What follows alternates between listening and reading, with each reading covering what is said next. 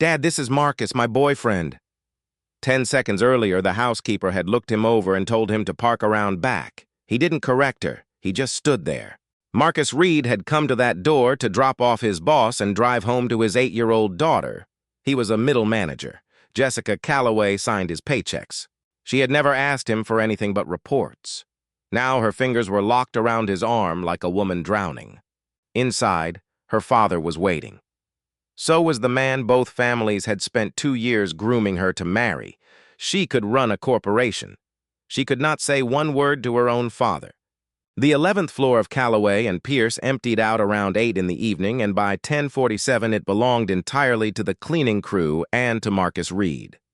He had a warehouse variance report open on one screen and his phone face up on the desk beside it, counting down. Lily went to bed at 11 on Fridays, which was later than her mother allowed and later than Marcus admitted to anyone, and the deal between them was that he called before the light went off. He had made that call 400 nights running. He was saving the file when the overhead lights in the corridor came back on. Jessica Callaway stood in his doorway with her coat already over her arm. 3 years he had worked for her, and he had never once seen her in a doorway. She arrived in rooms. She did not linger at the edges of them. She crossed to his desk, set a set of car keys down on the warehouse report, and said, "My car has a problem. Drive me home." It was not a question, and there was no version of the sentence in which it became one. Marcus looked at the keys, then at the clock in the corner of his screen, and did the arithmetic he had been doing for 8 years, which was the arithmetic of how much of his daughter he could afford to trade for how much of his job. He picked up the keys. "Where's home?" "Ridgemont." She was already turning. 40 minutes. The garage under the building was 3 levels down and mostly empty at that hour, their footsteps knocking around the concrete. Her space was the second one past the elevator bank, marked with a small brass plate, and her Range Rover was sitting in it. The side markers were still glowing amber. There was no tow truck. There was no service van. No man in coveralls with a flashlight and a clipboard. Nobody standing near the hood with the resigned posture of somebody who had been told to wait. Marcus took all of that in as he walked past it. And then he kept walking, because there were things a man could notice and things a man could afford to say out loud to the woman who signed his paychecks. And the gap between those two categories was most of what he had learned in 20 years of working for other people. His own car was a gray sedan with 2 payments left on it and a booster seat in the back that he did not have time to move. Jessica opened the passenger door, looked at the seat, and got in the front without comment. There was a granola bar wrapper in the cup holder and a laminated multiplication chart wedged into the door pocket, and Marcus resisted the urge to apologize for either. He backed out past her perfectly functional truck and took the ramp up into the street. She did not speak for the first 20 minutes. That was not the strange part. The strange part was that she did nothing else either. In 3 years, Marcus had never seen Jessica Callaway ride an elevator without answering something on her phone. She had sent him an email at 7 in the morning on Christmas Eve. Now she sat with her hands flat on her knees and her phone dark in her lap, watching the guardrail slide past. And the silence in the car had a shape to it that made him check the mirror more often than the road required. At the interchange, his phone lit up in the dash mount, and Lily's name came across the screen. He had a half-second to decide whether to let it ring in front of his boss, which was not really a decision at all. He tapped it and put it through the speakers. "Hey, Bug, you're not home." His daughter's voice filled the car, aggrieved and completely awake.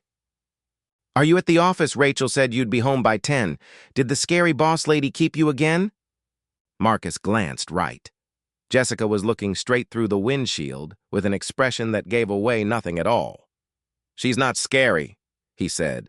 "Then why do you always sigh before you answer her calls?" "That's a lighting issue. The phone makes me look like I'm sighing." Lily made a noise of pure 8-year-old contempt. He told her he was on the road, that he would call from the car when he turned around, that she could stay up until 11 and not 1 minute passed, and that, yes, he had signed the field trip form, which he had not. When he ended the call, the silence came back into the car heavier than before. "You can turn around," Jessica said. "I'll call a car."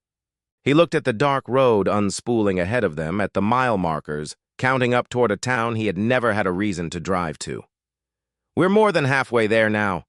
She turned her head at that, the first time she had looked directly at him since the garage. Something moved across her face and did not resolve into anything he could name. She went back to the window. A few miles later, without turning, she said, "Rachel is the sitter. 3 nights a week. Her mother takes Tuesdays and Thursdays." He let a beat go by. "You've read the variance report I sent Wednesday." "I read it. And it's fine. That's a promotion," Marcus said. "First thing I ever handed you came back with 2 words on it. Not a paragraph, not a comment in the margin. 2 words."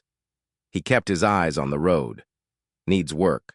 "I still think about those 2 words. I've thought about them for 3 years. He expected nothing or a version of the small professional apology that people in her position had learned to deploy without meaning. What he got was Jessica Callaway saying evenly, "To the windshield, it did need work."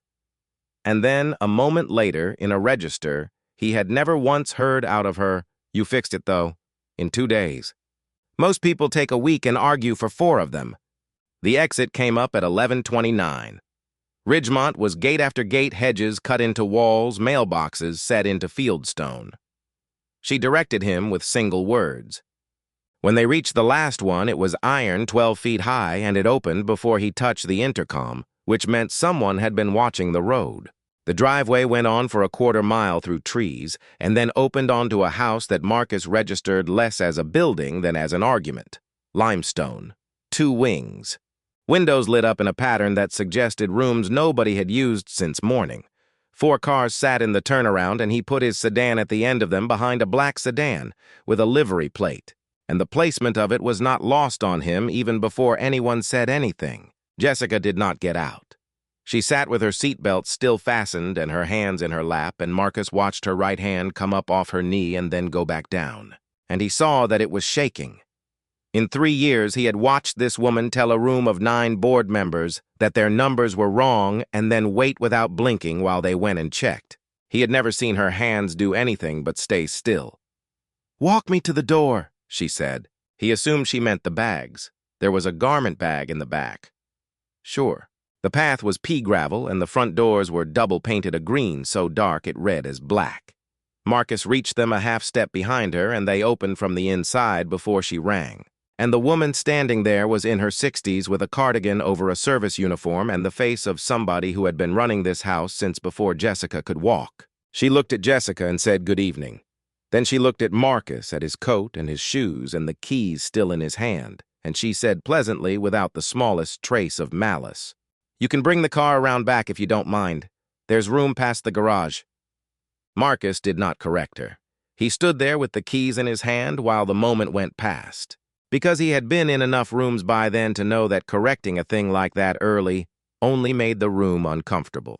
And the person who ended up carrying that discomfort was never the one who had made the mistake. Behind the housekeeper, in the light of the entry hall, a man came into view. He was tall, silver at the temples, in a cardigan of his own, holding reading glasses.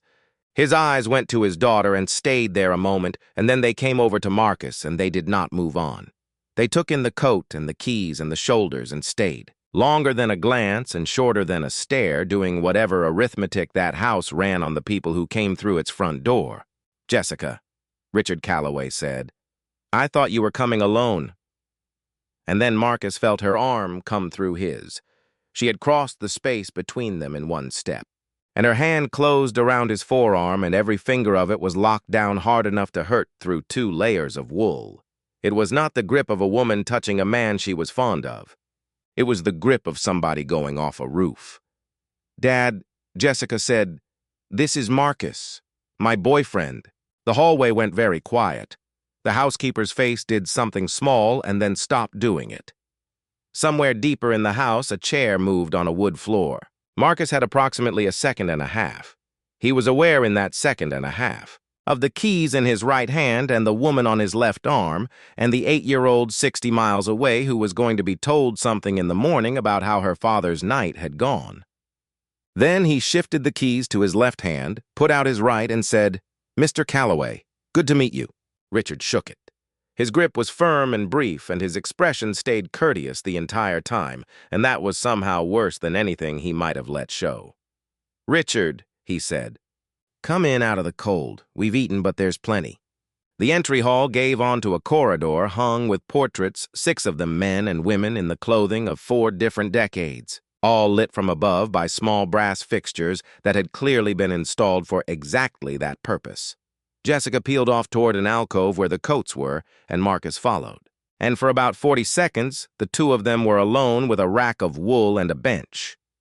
"What did you just do?" Marcus said very quietly. "It's just tonight." Sentences that start with "just tonight" almost never end well. He hung his coat because his hands needed something. "Talk fast." She talked fast. Her father had spent close to 2 years building a marriage between her and a man named Daniel Whitmore, whose family held shares alongside the Callaways in a development that had been in permitting for 6 years and was finally moving. 2 households, 1 balance sheet. 3 generations of overlapping money. Richard called it a suitable marriage. He had used that phrase in front of her out loud at a table more than once. "And what do you call it?" Marcus asked. "A merger with a wedding ring." "He's here, tonight, right now." "He's in the dining room." She was not looking at him. "So is my mother." Marcus put his back against the wall beside the coats and looked at the 6 portraits down the corridor. "Okay, say I do this. Say I walk in there and I'm whatever this is for 2 hours. He turned his head. "What do you do tomorrow?" She opened her mouth. Nothing came out of it. Her eyes went past his shoulder toward the light at the end of the hall, and Marcus watched her look for a sentence in 3 different places and fail to find one in any of them, and that was the moment he understood what he had actually driven into. She did not have a plan. There was no plan behind this. There was a woman who had run out of road at 4 in the afternoon and was trying to survive until midnight. "That's what I thought," he said. "Marcus, I have a kid, Jessica. I have a mortgage and a job and a reference file, and every single one of those things has your last name on it somewhere." He said it without heat, which took effort. "So here's the whole deal, and it's not negotiable. I'll stay tonight, I'll be polite, and I won't embarrass you, and I won't tell your father anything that isn't true unless you make me. But tomorrow, you decide what you actually want, not what he wants, not what gets you through dinner. Dinner." He looked at her until she looked back. "That part I can't do for you. Nobody can." Jessica did not answer. At the end of the corridor, a door opened and light came out across the floorboards, and a woman's voice said, "Jessica, is that you Daniel's been asking?" Jessica straightened her cuffs, put her hand through Marcus's arm again, and this time her fingers were loose and warm and perfectly steady, arranged for anybody who might be watching. They walked down the corridor together under the 6 portraits, and Marcus counted them as he went. The dining room was long enough that the table in it had been built for the space rather than the family, and only one end of it was in use. A woman with pale hair pinned up came around the chairs with both hands out, and Jessica said, "Mom, this is Marcus." And Eleanor Callaway took his hand in both of hers and held it a beat longer than the room required. The man who rose from the far side was in his early 40s, jacket off sleeves turned back once. He came around the table rather than reaching across it. "Daniel Whitmore," he said, and his handshake was easy, and he pulled out the chair beside him without making a thing of it. There was coffee. There was a plate of something with figs on it that nobody was eating. The clock on the sideboard read 11:35. Richard did not interrogate. That was the first thing Marcus understood about the next hour. Richard poured and asked after the drive and observed that the interchange was terrible after 10. And somewhere in the middle of all that courtesy, he said, "So how did you 2 meet?" "Work," Marcus said. "He's one of about 4 people in the building who disagree with me when they think I'm wrong," Jessica said. Instead of afterward in the hallway to each other, Marcus turned his head. "I wasn't aware that was a quality you valued." "Neither was I," she said, and reached for the cream. The questions came the way weather comes spread thin across an hour so that no single one of them could be pointed at afterward. How long had it been? 8 months, Jessica said, and Marcus filed the number the way he filed inventory counts. Where had Marcus gone to school? State then night classes for the certification. What did his parents do? His mother had been a school nurse for 22 years in the same building. His father had driven a delivery route. Where did he live? Was he a member at Fairhaven? Did he know the Prescotts? The Bowmans, anyone out that way at all? Marcus answered every one of them plainly and without decoration, and while he answered, he looked at the wall behind Richard's shoulder, where 4 more portraits hung above the sideboard in the same brass light as the ones in the corridor. Nobody in that house had said a single word he could have carried out the door and shown to anybody. That was the design of it. A room like that never announced that a man did not belong in it. It only asked enough about schools and neighborhoods and families and clubs, and then let him hear the rest of the answer in his own head. He did not get angry. He did not start explaining himself, which was the trap laid under every one of those questions. The invitation to produce credentials nobody had asked for and be measured against them. He kept his back straight and his hands still and answered in complete sentences, and from the way Richard's fingers began to turn his coffee cup by the handle a quarter turn at a time, the not arguing appeared to cost the older man more than an argument would have. Then Richard set the cup down and said, "And has Jessica met your daughter?" The room got quieter by a degree. Jessica's shoulder came up an inch beside him. "They met once at a company event," Marcus said, "but my daughter isn't part of anything anybody at this table needs to be convinced of." He said it evenly, and he held Richard's eyes while he said it, and he did not soften the end of it. Nobody stepped over the line. Eleanor looked into her cup. Daniel became interested in the figs, and Jessica turned her head and looked at Marcus with an expression he could not place at all. And after a moment she said to her mother, "She's 8. She's decided she's going to be an astronomer. She corrected a vice president on the number of moons Saturn has." Marcus looked at her. He had never told her that. He had told nobody at that company that, because the conversation in question had happened at a picnic table in a parking lot in June with a paper plate in his hand, and Jessica Callaway had been 40 feet away on the other side of a catering tent. He let it go past. He had to. But he moved it into the same place where the amber running lights in the garage were already sitting. What he could not stop watching once he started was what the room did to her. At Callaway and Pierce, Jessica cut people off mid-sentence and did not apologize for it. She made decisions in the time it took other people to open a folder. Here she looked at her father before she answered questions that had not been addressed to her.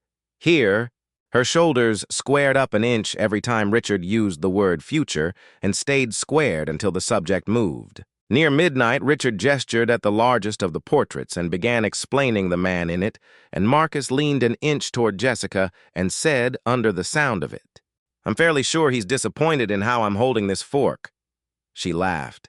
It got out of her before she caught it short and startled and completely real, and her hand came up over her mouth about half a second too late. Marcus had worked for her for 3 years and had heard exactly nothing like it. Eleanor's head came up at once. "You look different next to him," she said to her daughter. "We argue constantly," Marcus offered. "He's usually wrong," Jessica said. "She's usually the chief executive." Jessica laughed again. Richard did not. He watched the two of them from the other end of the table with his coffee cup untouched in front of him, and his face stayed entirely pleasant, and something in the set of it had changed. Around 12:15, Daniel stood and said he needed air, and there was a beat in which it became clear the invitation was for Marcus. The side porch was screened cold. Furnished with wicker, somebody had forgotten to bring in. Daniel put his forearms on the railing and did not look over. "How much has she told you?" he asked. "Enough.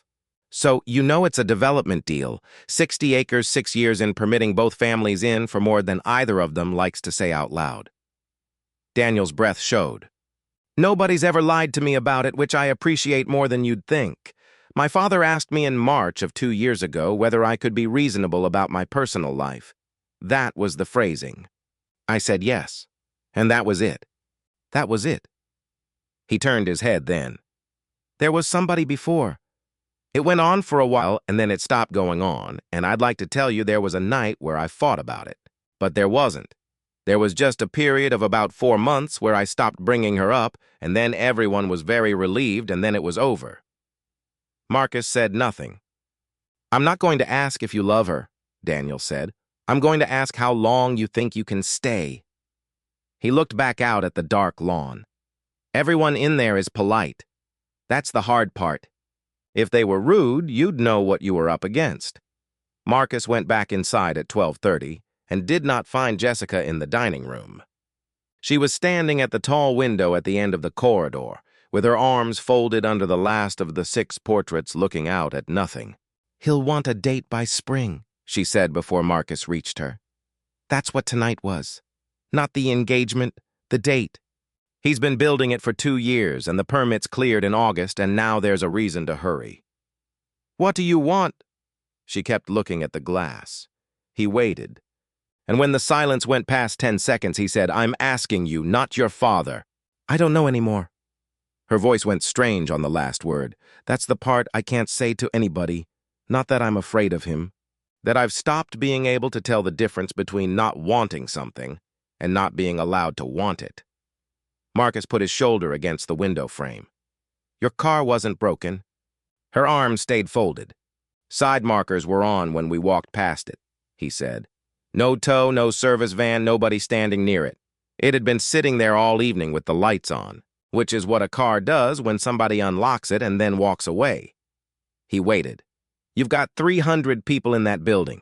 You've got a car service on retainer, and a list of men in your phone who would have done this better than I did and who'd have been able to name a country club without stopping to think about it. So ask me the question I've been sitting on for 4 hours.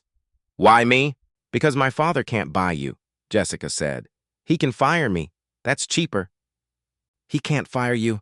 He isn't on the board anymore. He's been off it since 2019, and if he ever tried it through me, I'd have to be the one to do it. And he knows I'd have to be the one."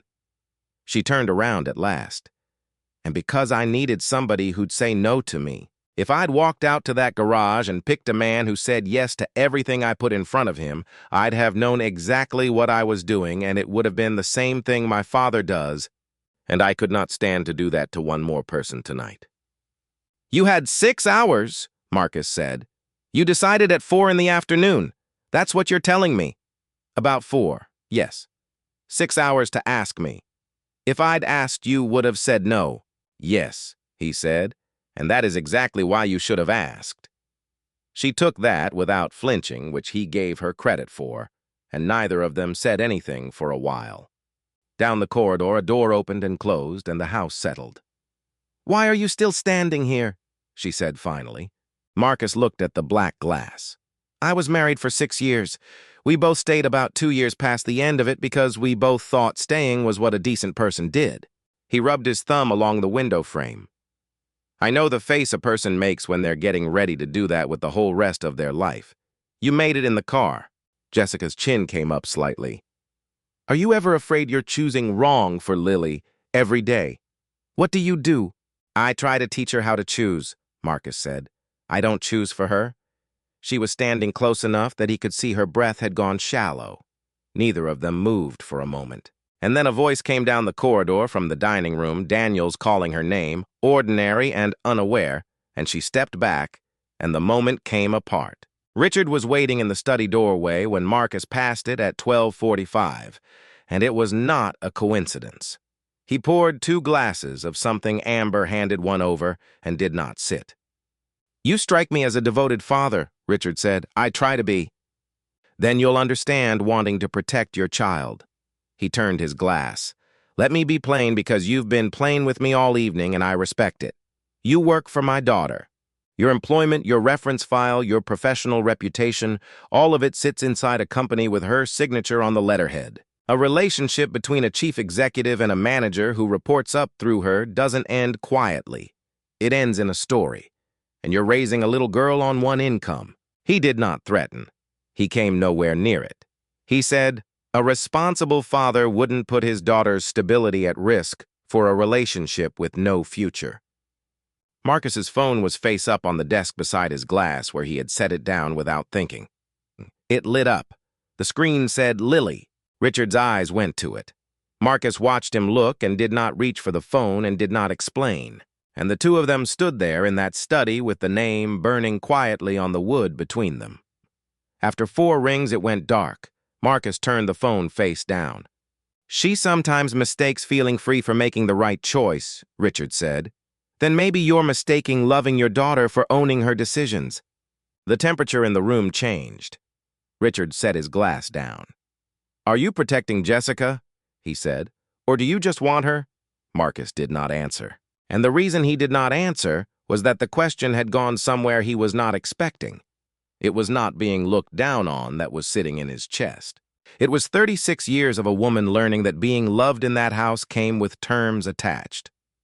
"I'm not going to argue with you about whether I'm worthy," he said. "That's not tonight's question."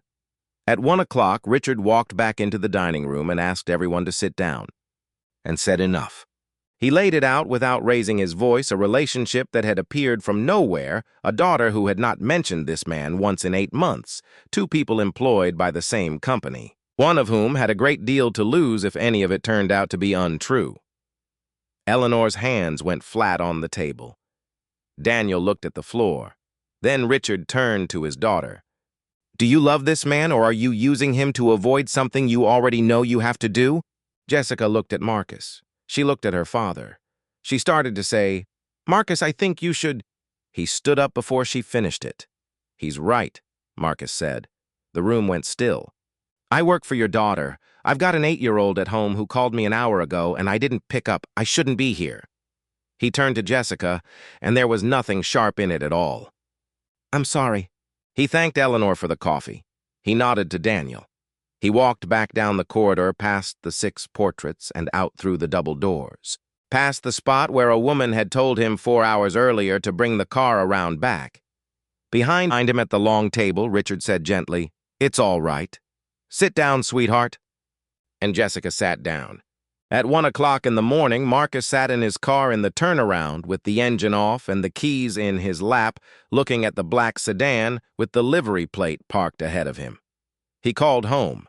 Rachel picked up on the second ring and kept her voice down. Lily had made it to 11:15 and then folded phone still in her hand. She had left a note on the counter, which Rachel read out loud. "Dad, you owe me a call and also a field trip form."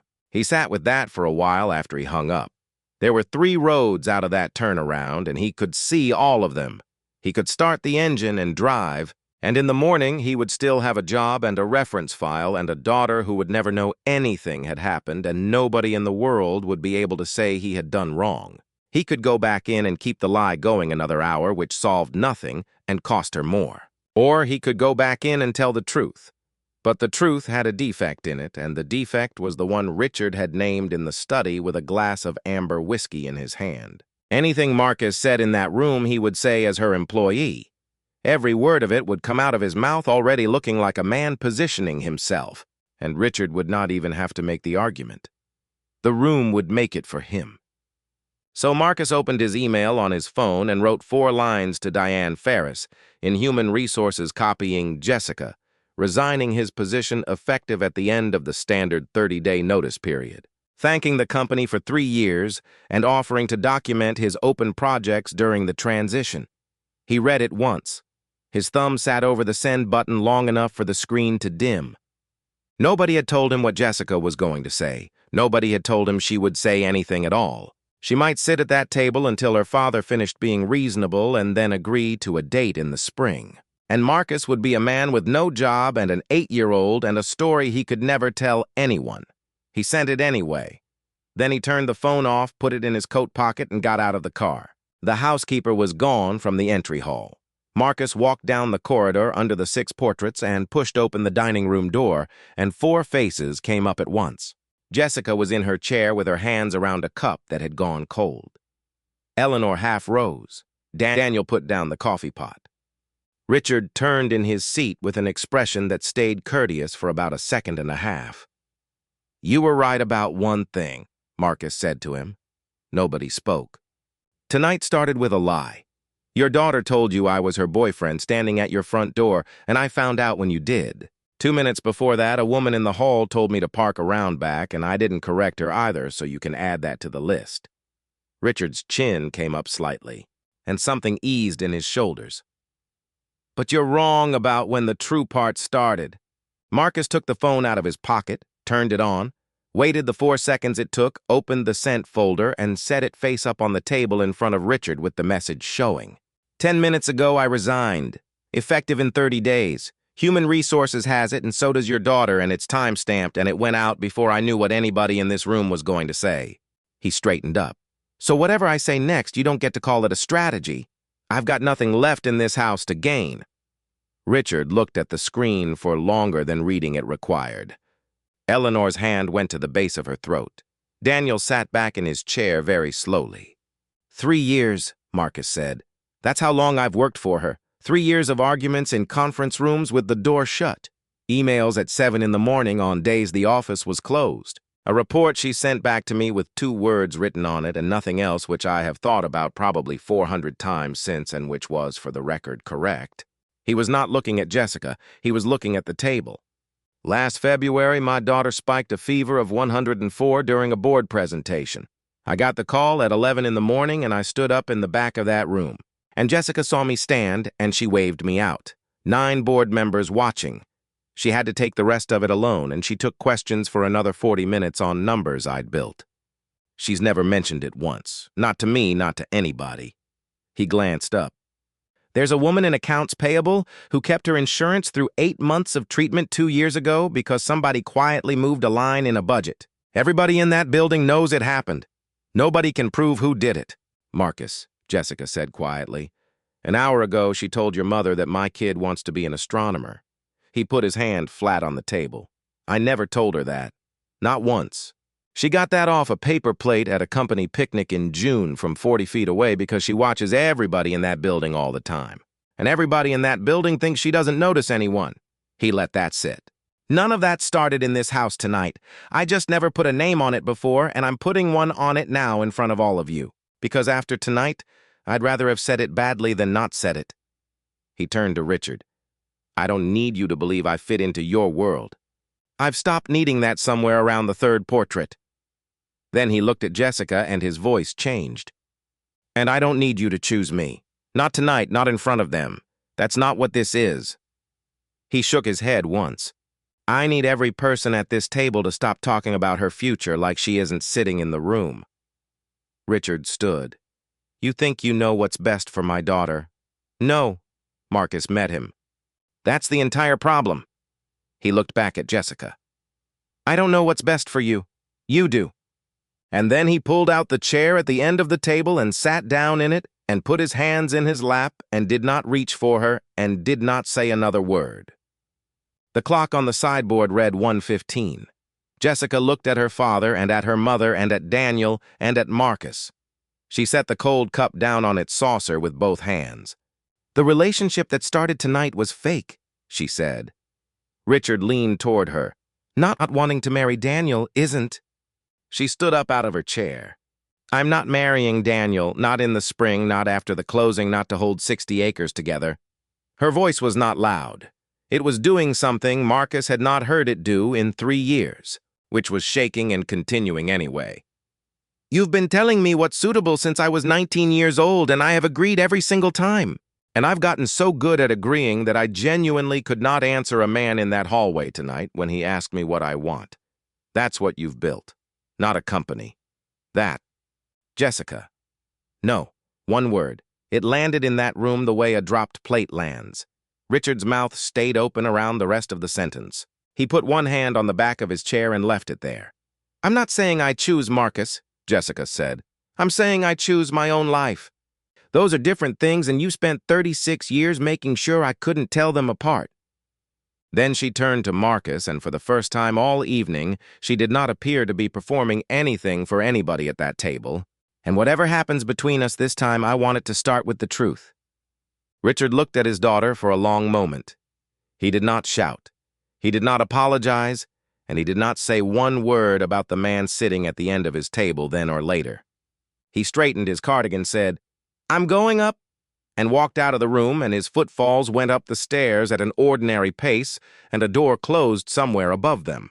Daniel got to his feet and buttoned his cuff. I think that's the first time tonight anybody asked you what you actually wanted, he said to Jessica. There was no anger in it, and no fight left in it either, and he did not look at Richard's empty chair. On his way past Marcus, he stopped and put out his hand. You lasted longer than I did, he said. And something in how he said it made it clear he was not talking about the evening. Eleanor came around the table. She took her daughter's hand and pressed it once hard and did not make a speech about it. Then she turned to Marcus. 30 years ago, I stood in this room, she said. They asked me the same questions they asked you tonight. Schools, family, who I knew. Her thumb was still moving over the back of Jessica's hand. I gave them the answers they wanted. She did not add anything to it. She walked out toward the kitchen with the coffee pot, and the swinging door went back and forth twice behind her. They left at 1:40. The iron gate swung shut behind the car, and the headlights swept the hedges, and for the first time in 6 hours, there was nobody in the vehicle either of them had to convince of anything. Jessica had her hands in her lap. "I'm sorry," she said. "For which part?" "For not asking you. I had 6 hours, and I didn't ask you." She turned her head toward him. "Everything after that I'd do again. That part I wouldn't." "Okay." "You're not going to tell me it's fine?" "No," Marcus said. "It wasn't fine. You put my kid's rent inside somebody else's family fight without asking me first. And I'm going to be annoyed about that for a while." He checked the mirror and changed lanes. "I'm still here, though." She laughed once in the dark. It was the same laugh from the dining room, the real one, and this time she did not put her hand over her mouth. "The things you said in there," she said. "The picnic." February. All of it was true, including the part where I make you insane, especially that part. At the interchange, she shifted in her seat and turned toward him, and she was close enough that the choice sat right there in the space between the seats, and Marcus did not take it. He kept both hands on the wheel. "My notice runs 30 days, he said. "For 30 more days, you're still my chief executive. Every performance file I've ever had has your initials on it. If this turns into something, and it started while that was still true, then somebody in that building gets to say, you promoted a man you were sleeping with, and they'll say it about you, not me, for the rest of your career." Jessica sat back in her seat. "So we do it properly. So we do it properly." She looked out at the guardrail. 30 days is a long time. 31, Marcus said. The last day's a Sunday. 2 years later, on a Tuesday morning in a kitchen that was too small and had a multiplication chart taped to the refrigerator door. Marcus was making pancakes badly, and Lily was finishing a worksheet she had sworn on Sunday was already finished. He had been out of work for 5 months after that night. There had been a conversation on the back steps that August about why there was no beach that year, conducted with a 10-year-old who had listened, asked 2 very hard questions, and then said, "Okay." He worked now for a logistics firm on the west side of the city, 40 people, no name carved over the door. He had never gone back to Callaway and Pierce, and neither of them had ever seriously raised it, because there was no version of that where she wasn't fixing something for him. Jessica came in with her coat over her arm and took a piece of pancake off the top of the stack with her fingers. She chewed. She said nothing. "Well," Marcus said, "needs work." Lily put her head down on her worksheet and howled. 2 years earlier, he had never heard that woman laugh for real. This kitchen heard it most mornings now. She set her coffee down on the counter, and the light off the window caught the ring on her hand, which was thin and plain and had not been chosen to join 2 companies or protect a position or satisfy anybody's father. "Thank you for driving me home that night," she said. "Technically, you ordered me, and my car was fine." "I know," Marcus said. "I knew in the garage. Side markers were on." Jessica looked at him over the cup. "Then why did you drive?" He turned the pancake and thought about it a second and said, "I'm still working that one out." Lily wanted to know where her library book was. Jessica put down the coffee and went to look under the couch cushions, and Marcus stood at the stove with the spatula in his hand, listening to the 2 of them argue about whether it had ever been in the living room at all.